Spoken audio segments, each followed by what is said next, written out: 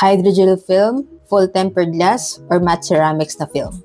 So ano nga ba dito sa tatlong screen protectors na to ang mas okay gamitin? Alright, so marami kasi nagtatanong sa akin kung ano raw bang screen protector yung ginagamit ko sa mga phones na pinopost ko dito sa page natin. Actually, ang sagot dyan ay depende sa phone kasi meron siyang mga pros and cons. Like, for example, sige, isa-isahin natin. Itong hydrogel film, ginagamit ko siya kapag ang phone ko is curved yung screen.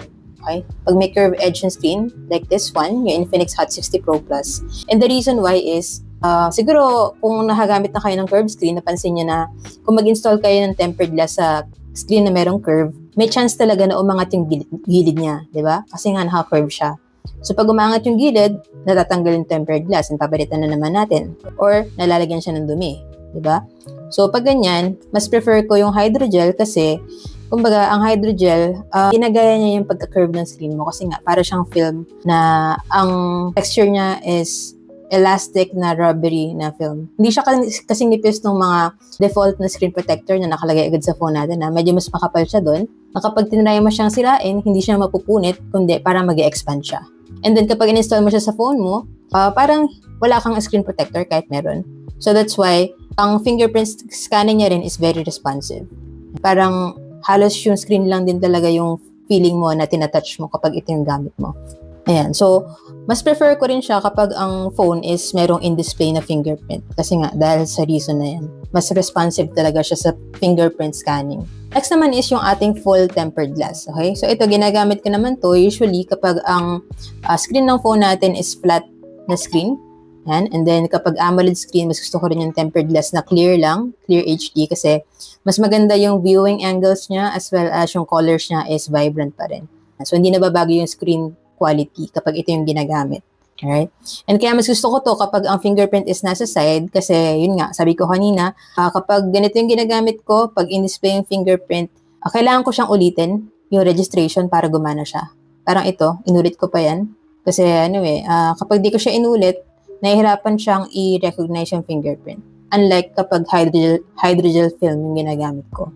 Now, ceramics naman. Yung ceramics matte, actually, to be honest with you, bihira ko siya gamitin.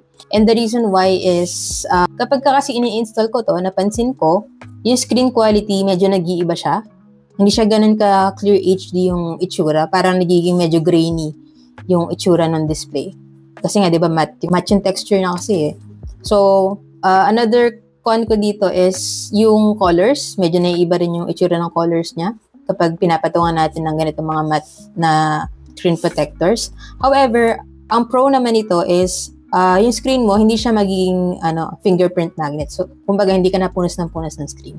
So, ito, gagamitin ko lang siya if ever na yung screen ng phone ko is hindi AMOLED screen. Like, for example, this one, yung Redmi A5. Hindi naman siya AMOLED screen, IPS LCD siya. So, yung color siya, hindi rin talaga ganun ka-accurate. So, okay lang sa akin na ganito yung gagamitin ko. Pero kung papipiliin ako, if dito sa Redmi A5, to be honest with you, parang mas gusto ko pa rin talaga yung full tempered glass or hydrogel. Kasi mas gusto ko talaga na clear yung display. And by the way, kung ang phone mo is curved screen din, like this one, the Infinix Hot 60 Pro Plus, and gusto mo mag-try and mag-install ng hydrogel film, meron akong ginawang hydrogel installation video, nakapin yan sa profile ko, check mo na lang doon. And then check mo na lang dyan sa Yellow Basket yung link, dyan ko nabili. Ngayon, recommend ko sa'yo, bili ka na at least 3 piraso kung first time mo mag-i-install kasi medyo mas mahirap siyang i-install compared sa mga tempered glass and ceramic matte. Yun lang, sana nakatulong tong video, and if you have any other questions, let me know in the comments and follow me for more tech content.